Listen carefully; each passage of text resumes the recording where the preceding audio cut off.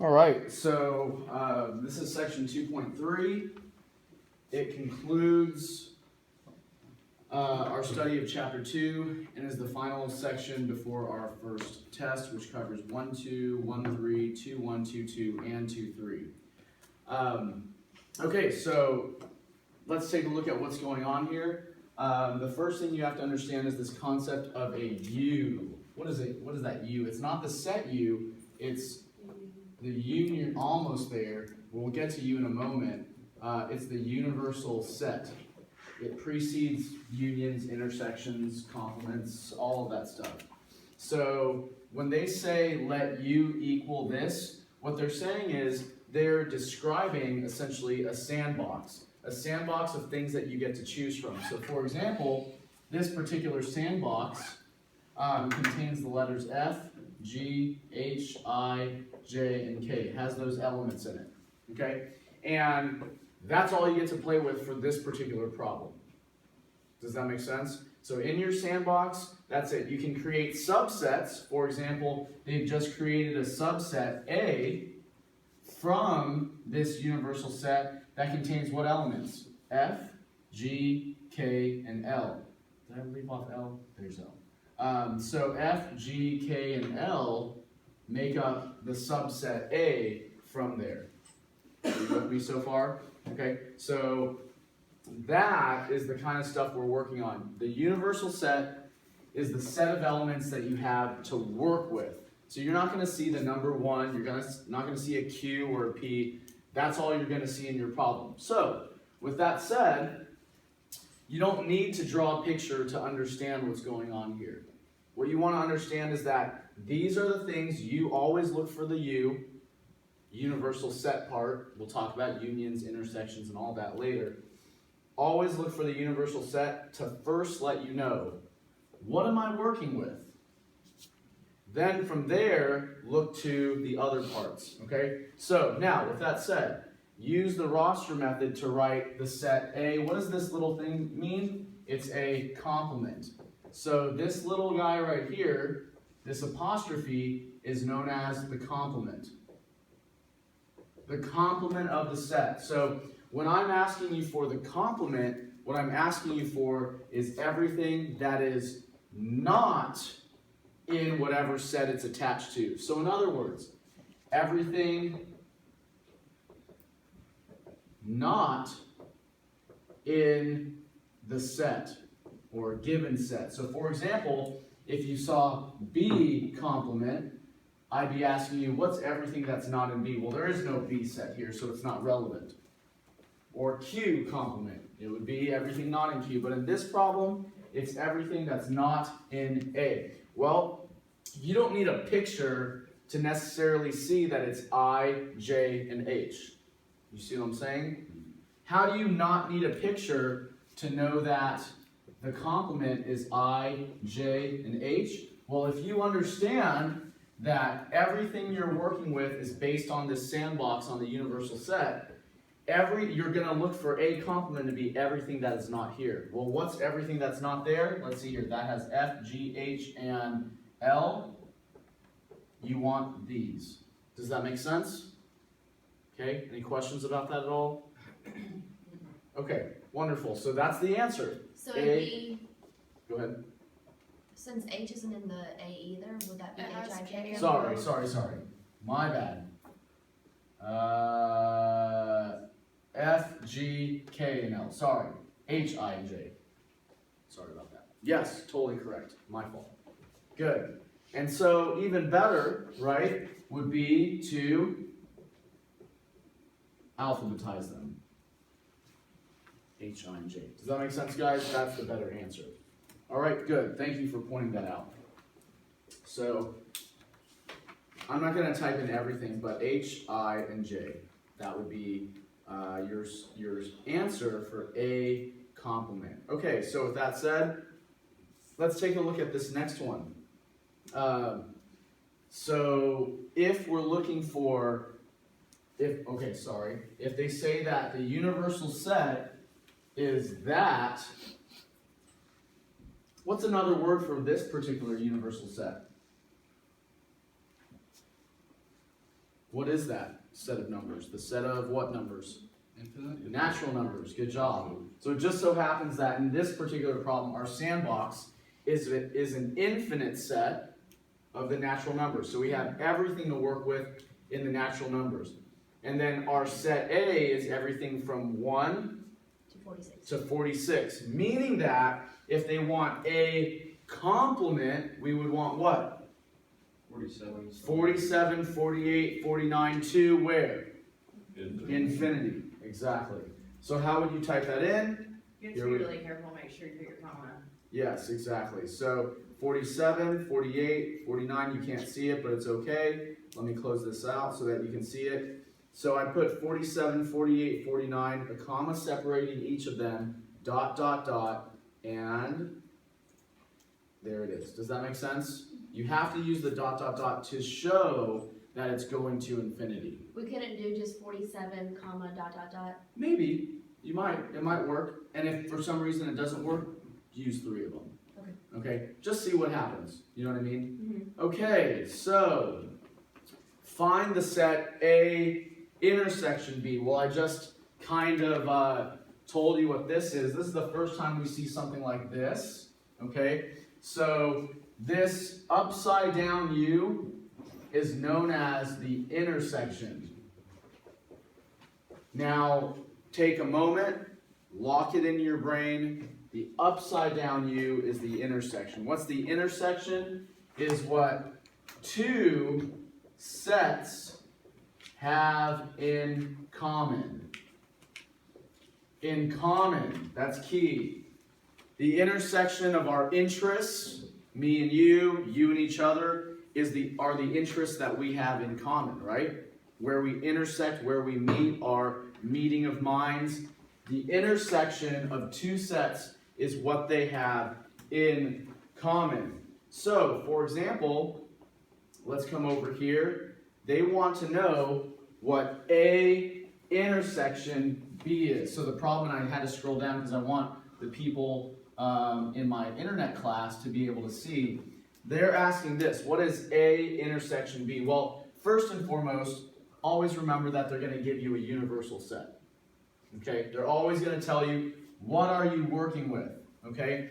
Then from here, they may give you other sets. Now, if they ask you what A intersection B is, they're asking you, where do A and B intersect? What are their commonalities? What are the elements that they have in common? And what are those elements? Just what? 1 and 4. 1 and 4. So the intersection of A and B are 1 and 4 without repetition. Okay? Without repetition. I'm just going to check to make sure this is still going. Fantastic. Good. So A intersection B, when they just give you this and they give you this information, they're asking, what do A and B have in common? Upside down U, in common. Upside down U, intersection. Upside down U, look at where they overlap. Let's look at this in a picture. You don't have to draw a picture, but just for the sake of this problem, I'm going to show you what is going on, because the title of this set is Venn diagrams. But you won't see me drawing too many Venn diagrams today. So the universal set is, so what elements are you going to find in here? 1, 2, 3, 4, 5, 6. Does that make sense? Okay. The elements in A are 1, 4, 5, and 6. 1, 4, 5, and 6. The elements in set B are 1 and 4, meaning that A and B have those in common. Does that make sense? Okay? And you could even say that there's another 4 right here. You can even say that there's another 4.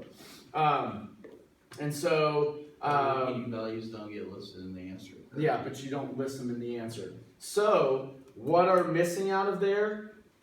2 and 3, because they have nothing to do with A and B, but they're still within the sandbox. Does that make sense, guys? So this is a really good way to visualize what is going on. Make sense? Okay, any questions about that at all? I won't draw the picture very often, but I wanted to show you the picture so you see this is just a Venn diagram type problem. All right? No big deal. Let's move along. Okay, now they give you a new concept, a U. A U. And I'll draw another picture for that one, just so that you guys can see it. So they give you a U, which is not that. Okay, so verses. Whenever I say verses, they're not the same thing. Okay? This U is known as the union. And you may be asking, well, how would I know the difference between whether they're asking for the universal set or the U? Well, that U will be used between two sets. Does that make sense? This U is not the same as this one. And it's kind of hard to tell because this one is just a little bit turned inward, but you're never going to see a U between a set of elements just being this one. In fact, these are totally different, and I'll explain in a moment. This U is saying, hey, what is the union of A and B? Well, when we hear about unions, we think about two things being put together. Union is not what things have in common, is it? Union is all of my stuff, all of your stuff put together. So in other words, it's everything from both sets combined. Common, combined.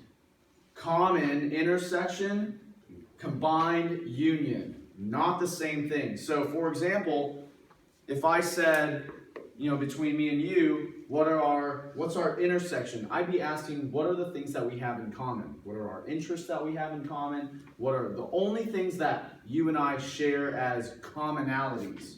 However, if I asked for the union, I would want both our commonalities as well as the things we are different in.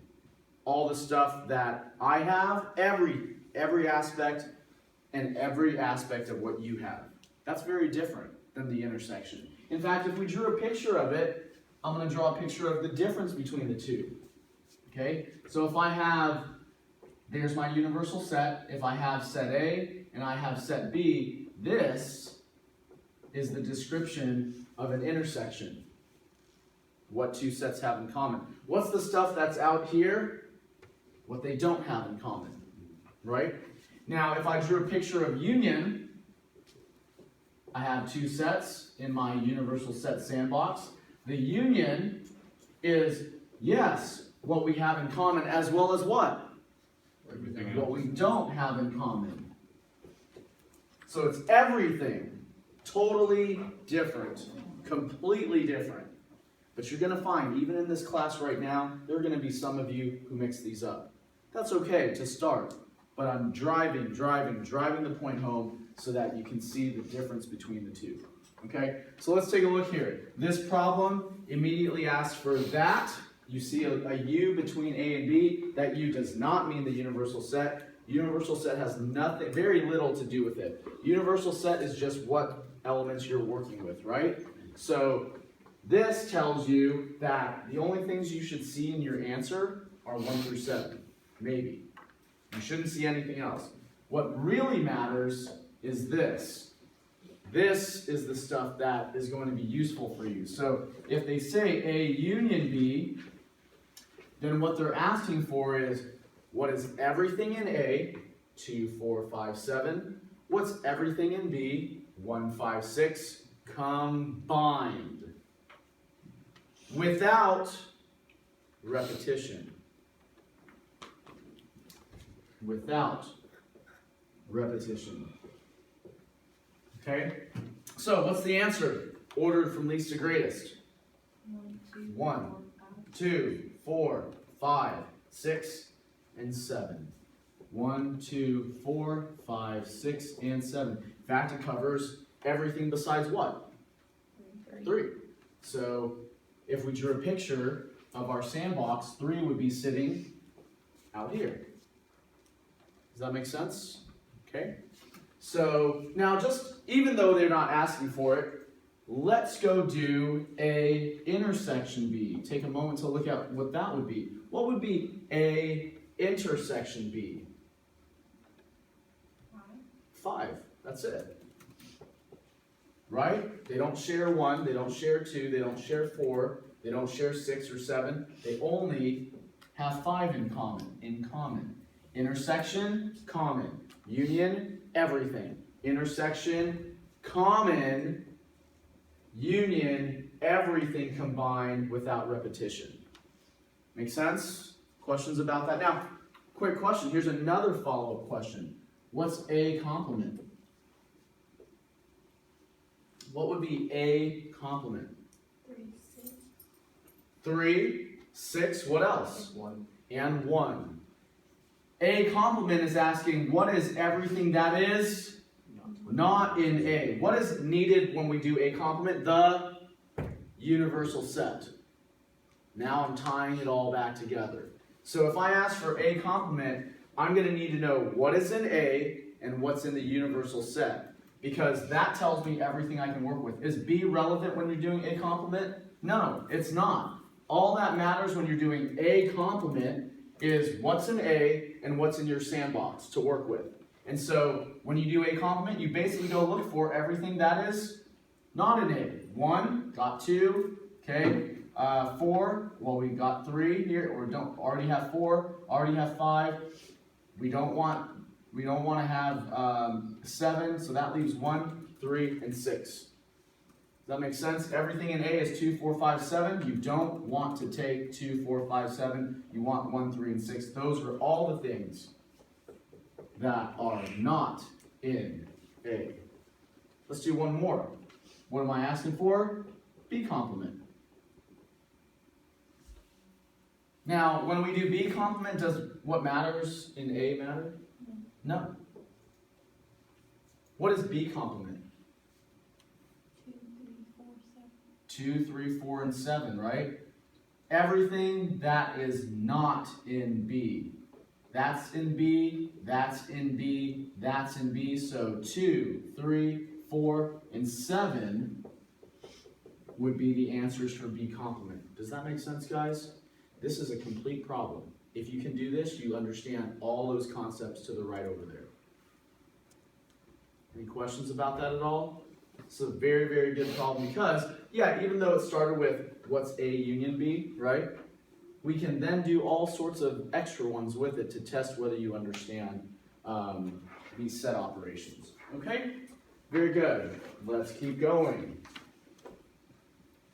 All right, so A complement intersection B complement. That's interesting. Well, there's a reason why I did all this, right?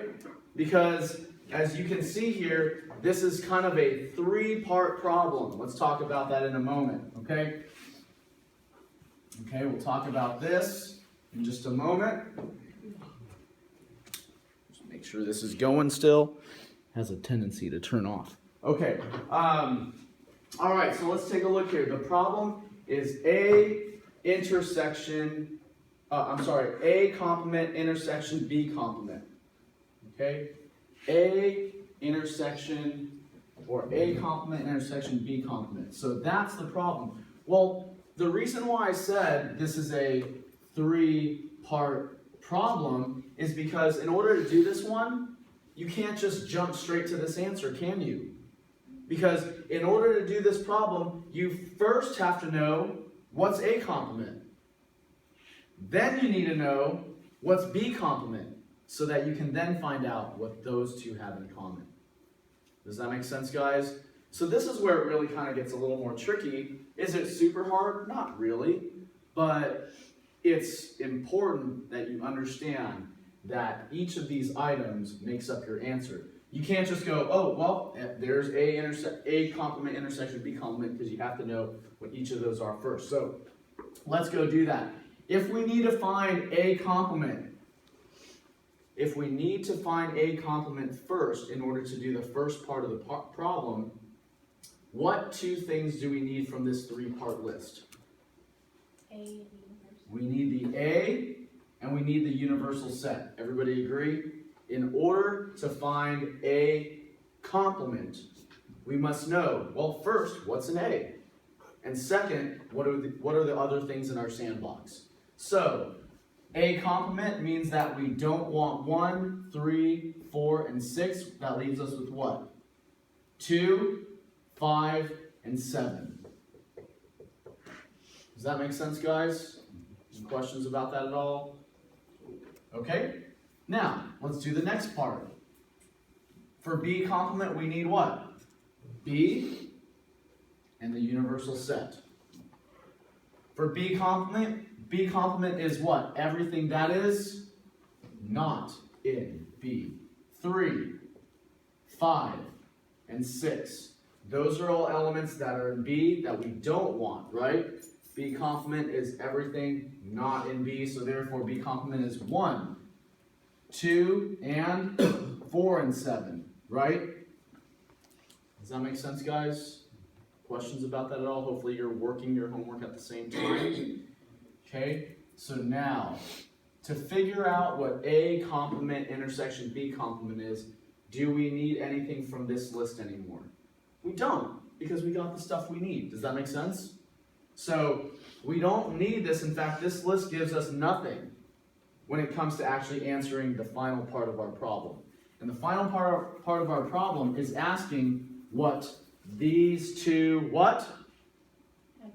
Have in common. Make sense? This is asking what these two have in common. What do they have in common? 2 and 7. 2 and 7. And that's your answer. Does that make sense, guys? Okay? Is that still going? Yeah. Perfect. Thank you. Any questions about that at all? Very, very good. Okay, I'm not going to do every single problem, but we'll do all the major ones. Okay, so let's take a look at this next one. A little bit odd looking. Okay, so let's take a look at this. It has A, in parentheses, A union B complement. That's a little different. I'm going to scroll down so that we can see the full problem. Okay, so the question is find A union B complement. Now, prior to coming to this class, you guys probably did a little bit of algebra. And in algebra, everything in parentheses comes first or last? First. So everything in parentheses comes first. So knowing that, if everything in parentheses comes first, that means you should first figure out what? What A union B is. Does that make sense, guys? Whatever's in parentheses comes first. So the first thing you would do is find what's A union B. And then from there, we can figure out what? What the complement of that is. What everything not in it is. So this is just a two-part problem. So when you guys are working, when you're working on your own or working right now, you should always plan out how many parts do I need to figure out. So go, okay, well, this would be the first part. This would be my first step. I'm going to go figure out what A union B is. Once I know what A union B is, then I can figure out what's not in that. Make sense? Okay, so let's go figure out what A union B is. In order to figure out what A union B is, we need these two items. Right? We need those two. And so, is the union what those have in common? Yep. Everything both sets. Combined. Is that it's Sorry, not is it common. just what they have in common? No, it's what they have in common and everything else. Does that make sense, guys? Okay, so union, be careful, union, everything combined. Okay, so union of A and B is what? 1, 2, 4, 6, 7. Hopefully you were already playing that without repetition. Does that make sense, guys? Now, if I want A union B complement, then I'm asking you to figure out what is not in that. What other piece of information do I need to know to actually answer this question? The universal set, exactly.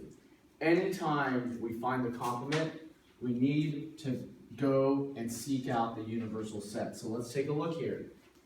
Everything that is not in the union, well, the union has 1, 2, 4, 6, and 7, meaning that the complement of that is what? 3 and 5.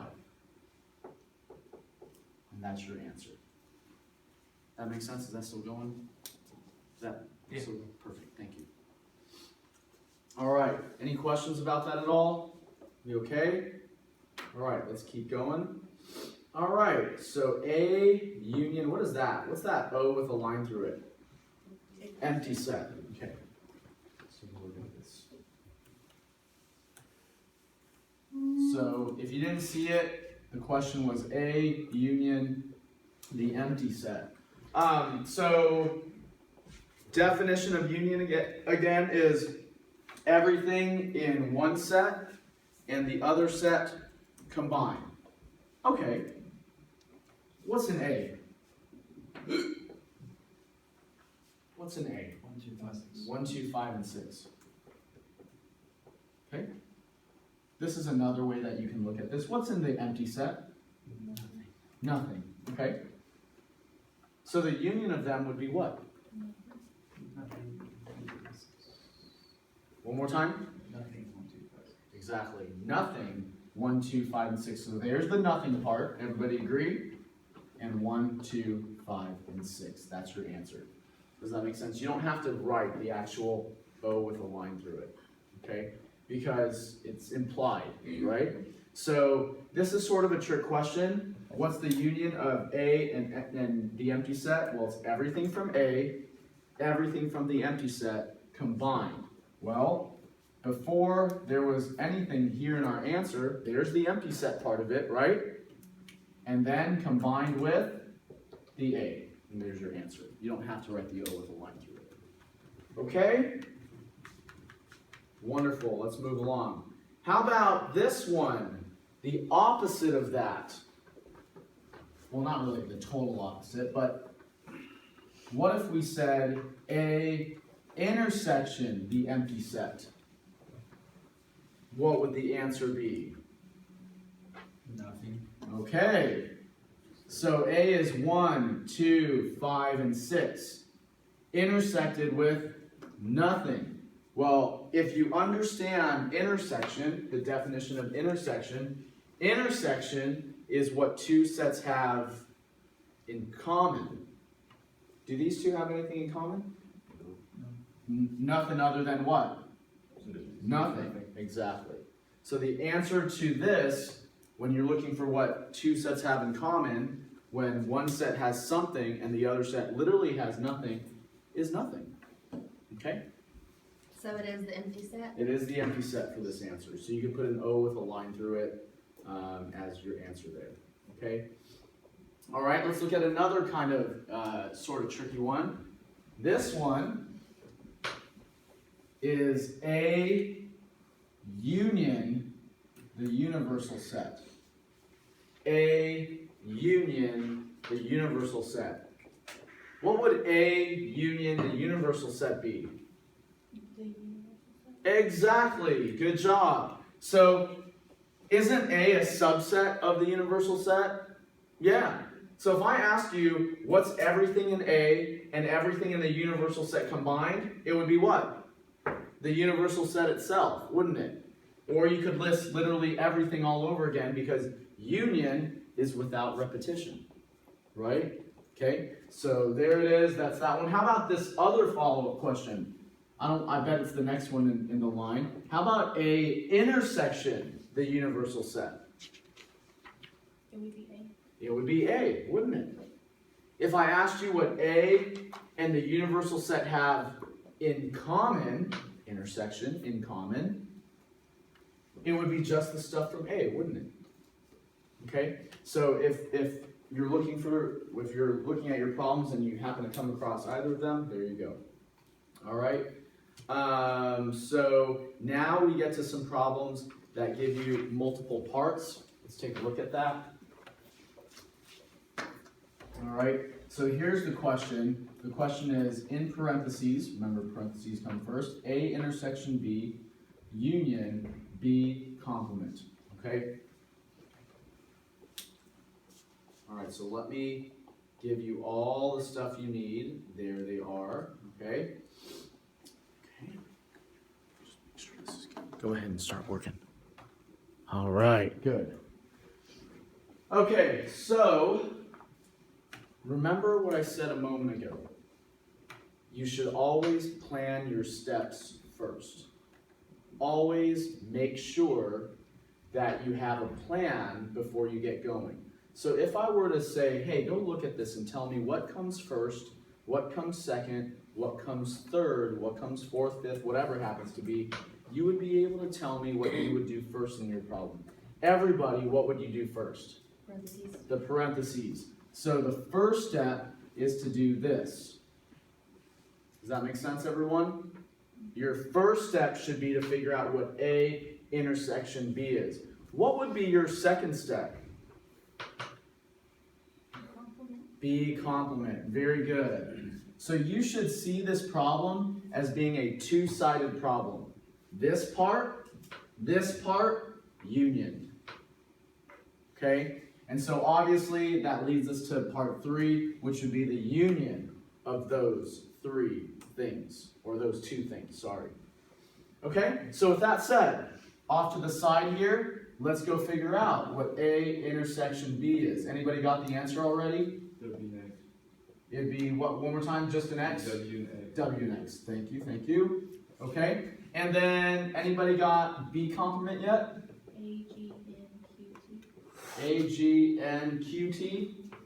Do we have an agreement on that? Any disagreements on that? B complement is not F, W, or X. F, W, or X. A, G, N, Q, T. Good. A intersection B, what they have in common? W and the X. Perfect. Okay, so with that said, we can figure out part 3, which is what?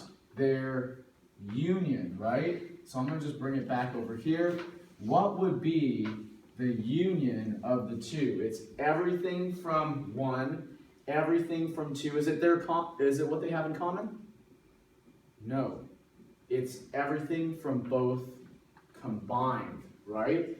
So what is that? Let's alphabetize it. A, G, N, Q, T, W, and X. And there's your answer. Does that make sense, guys? Okay, any questions about that at all? This is a really good problem. It does everything. Yes? Can you go over how you got the third part again? The third part comes up here. We just figured out 1, we figured out 2, and it's their union. What's the definition of union?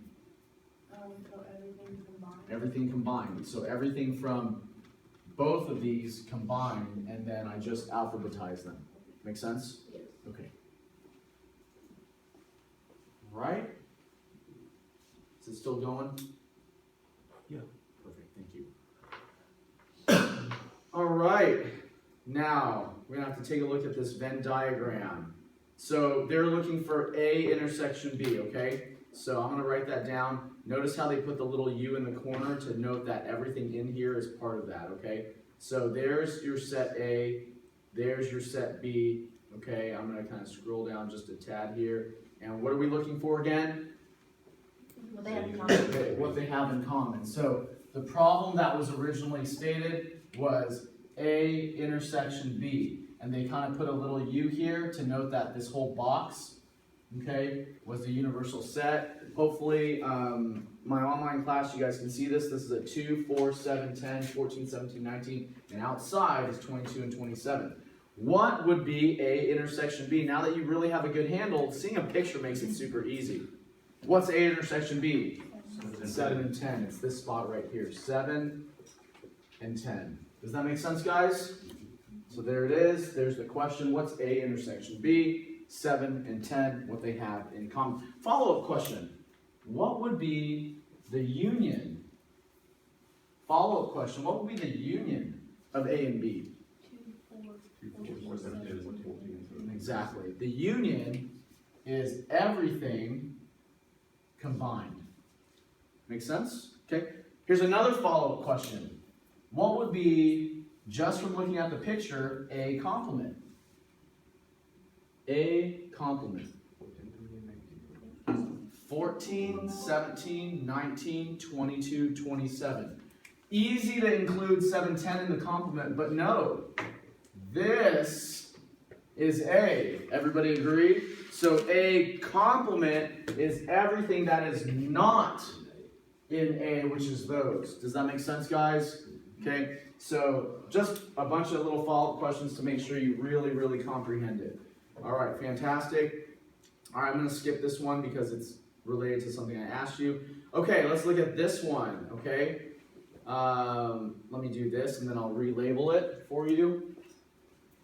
So you can see the question right there, all right? And so what they're asking for is A union B complement. This is the set A, this is the set B. Here's your universal set, right? Okay, and take a look at that. And can you get the right answer? Let me move my little cursor, that looks a little bit off. So we have a 1, 6, 7, 12, 14, 17, 19, 22, 25. First and foremost, is this A union B? Is all of this A union B? So the complement of that is what? 22, 25. Everything not in that. Does that make sense, guys? Really, really good. Is it still going? Yeah. Excellent. Thank you. All right. Wonderful, wonderful. Okay, let's take a look at this next one. All right, I'll zoom in a moment here so that you can read it. Okay, it says set A contains 8 elements. Set B contains 18 elements. And 5 elements are common to sets A and B. How many elements are in A union B? A picture is probably sort of helpful here, right? So let's go do that.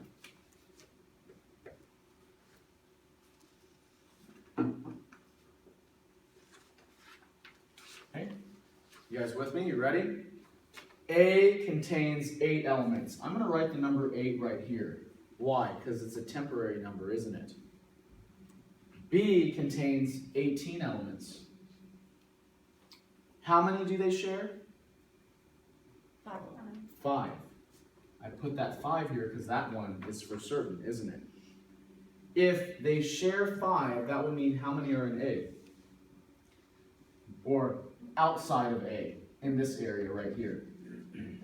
3. Sorry, that was kind of not the best wording. So if they share 5, that means 3 have to be here to make a total of 8. Does that make sense, guys? Which means how many are here? 13. And that's how you do a problem like that. Not bad, right? Okay. The number of elements in A union B. How would we figure that out? The number of elements in their union is what? We need to add 3. Exactly. You add 3, 5, and 13. Why is it not correct to add these two? Because this equals 26, right? Whereas this equals what? 21. Why is this wrong? Why is 21 the correct answer, and why is 26 wrong? Because you would have repetition. Exactly, you'd be repeating these middle ones. Does that make sense, guys? Okay, so really, really important that you understand that. 21 is the correct answer for their union. All right, so there you go. Let's take a look at the next one. Let's take a look at this one, okay? And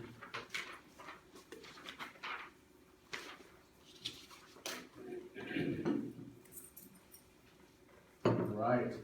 Okay, set A contains 11 letters and 1 number. Let me show you how I would do this. I'd say 11 letters, 1 number. Just like I did in the previous problem, except there's 2 categories to account for now, right? Set B contains 7 letters and 7 numbers. 7 letters, 7 numbers. Why do I write it outside? Because those aren't permanent. It doesn't account for the repetition, their intersection. 6 letters and 1 number are in common. 6 letters, 1 number are in common. Why do I put that one there? Because I know for sure that that has to go there. So, with that said, what is the area that is here? What's over here? 5 letters. 5 letters and no numbers, right? Because A has 1 number, there's the 1 number. Make sense, guys? This would add to make there 11. That checks off. How about over here in B? What's the number of letters? 1. Total, 7. Perfect. The number of numbers? 6. Total, 7. That checks off. And now I can just add them to see 5 and 6 and 1 is 12 letters. 1 and 6 is 7 numbers. The number of elements in set A or set B. Now here's something really important. The word or goes with union. The word or goes with union. Either or. The word and, even though it doesn't seem like it would, goes with intersection. So important that you understand that. That's, I think, one of the final notes I have to give you. So, why does or go with union? Because I could have anything from A or anything from B. That's why I think union is the easier one to kind of wrap your head around. The word and goes with intersection because I have to have both of them at the same time, A and B at the same time, following common. But that's not even the best way to probably reason it. Maybe you just have to memorize it. Maybe you think of another way to say it yourself. Is it still going? Yep. Perfect, thank you. Okay, so how did I know that they were going for the union? Because they said A or set B. And that was my trigger for union. Does that make sense? Okay. So the answer is 12 letters, 7 numbers. Okay? Oh, they asked the number of elements. Sorry. So total number of elements would be what? 19. So they're not asking, just a quick note. They said the number of elements. They didn't say the number of letters or the number of numbers. They asked for the total number of elements. So you just add those together. Does that make sense, guys? Okay? Just FYI if you're working. Okay? Good. All right, let's take a look at this one. Let me zoom out for just a moment. Perfect. Okay. Okay, so this problem seems hard. It is not. Okay, it's not hard. The reason why this problem seems hard is because they write all this stuff here. But just like you know, we just need to translate that into sets, right? So let's go look at this. Let's go redefine or rewrite our universal set with numbers in roster method. What is this? What's our universal set going to be? Natural numbers. Less than 6, which is what? 1, 2, 3, 4, and 5. Are you seeing where this is going? It's not a big deal. They just add another layer, but you guys know how to do it. Okay, what are the elements in set A? Let's take a look here. So A has to be an odd natural number less than 6. So A is going to be what? 1, 3, and 5. Exactly. Now, quick question. Is A contained within the universal set? As it should be, right? So, if you're checking universal set, all of the things in any of your subsets should be found up there. If you have something in your subsets that is not in your universal set, you did something wrong. Whether it's with those or with your universal set. Okay? Let's go back to B. Okay? So on B, it says an even natural number less than 6. What's that? 2 and 4. Just 2 and 4. Okay? And then the set C is a natural number that is between 1 and 4, which is what? 2 and 3. And now, instead of them just handing you the sets, right? You had to go and make them. That's the only difference now. Now, they just ask you this one. Now, we kind of wasted our time, didn't we? Because the only question that they asked was A intersection of the universal set. Was it necessary to go figure out B and C? No. So, but it was good. I mean, it was a good little exercise for you. So with that said, if they're asking for find A intersection of the universal set, all that matters is what? These two, right? What's A? What's the universal set? What's not in A? So what's the answer to this one? 3 and 5. Yep, exactly. So what is in A? What's in the universal set? I had a brain fart for a moment. I was thinking common. What's in A? What's in the universal set? What do they have in common? And so that's 1, 3, and 5. Good job. Totally like spaced for a moment. Good, wonderful. Is that video still going? Yeah. Thank you, thank you. All right, let's roll along. I'm gonna skip this one, okay, because it's just like what we did, just different setup or different numbers. I'm gonna skip this as well, okay? Okay, we can do this one. Fair enough.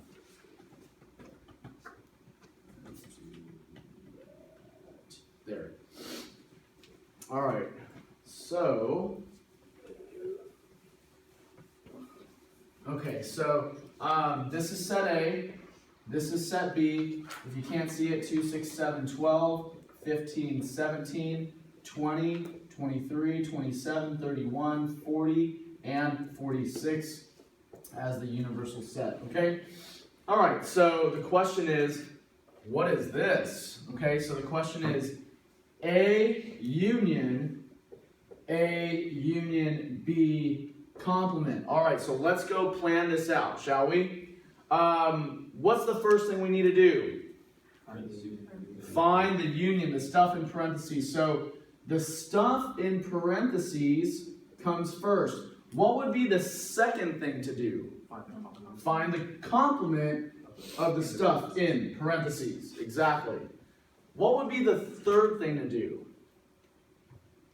Get the union of the result of 2 and A. Yeah, and I agree. This could be either broken up into 3 steps or 4. I'm just going to say it's 4 steps. Even though you don't need to really do anything, you need to probably know what A is, right? And then, yes, finally, you can find the union of those 2 sides of it. Does that make sense, guys? But you knew what you were doing. So if you, in your mind, you were thinking just 3 steps, go take that, union it with A, fine. Does that make sense? But I just break it into 4 to just kind of show that. So let's go do part 1. Part 1 is A union B. Well, A union B is what? 2, 6, 7, 12, 15, 17, 20. Okay, fine. But the nice thing about having a picture is you can actually do both of those in one, can't you?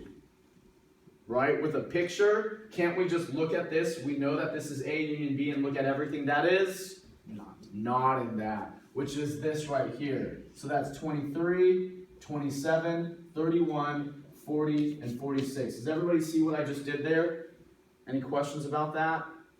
So I found out what A union B is. Okay, good. I didn't go write it down because I have a picture, right? I don't have to go off of just a set. So a picture really is helpful. And now we can go, so that takes care of both of these. Let me move this up just a bit so I can show that it was both of them, okay? And then A is what? 2, 6, 7, 12. So I'm just gonna do 2, 6, 7, and 12. But again, if you have, oh no, did I miss some? 15. Yes, big mistake. Don't make my mistake. Important, don't make my mistake. So, here's A. Everybody agree? Here's A union B complement. What's their union? Their union is what? All of it together.